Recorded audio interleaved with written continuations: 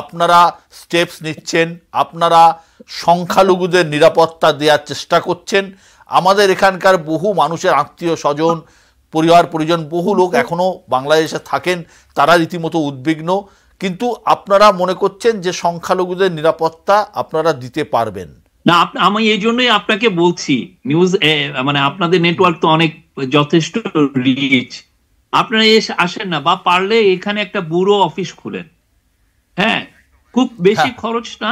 আপনি অনেক, বাংলাদেশে 1.5 কোটি হিন্দু থাকে, আপনি এসে বাংলাদেশে এসে নিজেরা রিপোর্ট করে দেখে যান। এটা আমাদের অনুরোধ। এই জন্য আমার মনে হচ্ছে যে দূরত্ব থেকে এক ধরনের ফেক নিউজের তৈরি হওয়ার আশঙ্কাটা একদম একদম একদম কিছু কিছু আমরা আমরা মনে করছি যে আপনি অন দা গ্রাউন্ডে থাকলে আপনি অনেকগুলো জানবেন, অনেকগুলো নুয়ান্স আছে, আপনি এই নুয়ান্স গুলো ধরতে পারবেন।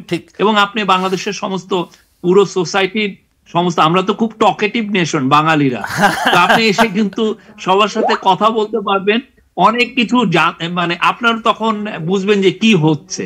আমার কথা হচ্ছে তখন আপনি লেখেন উই ওয়েলকাম, আপনি যে রিপোর্টই করেন না কেন, উই ওয়েলকাম ইট।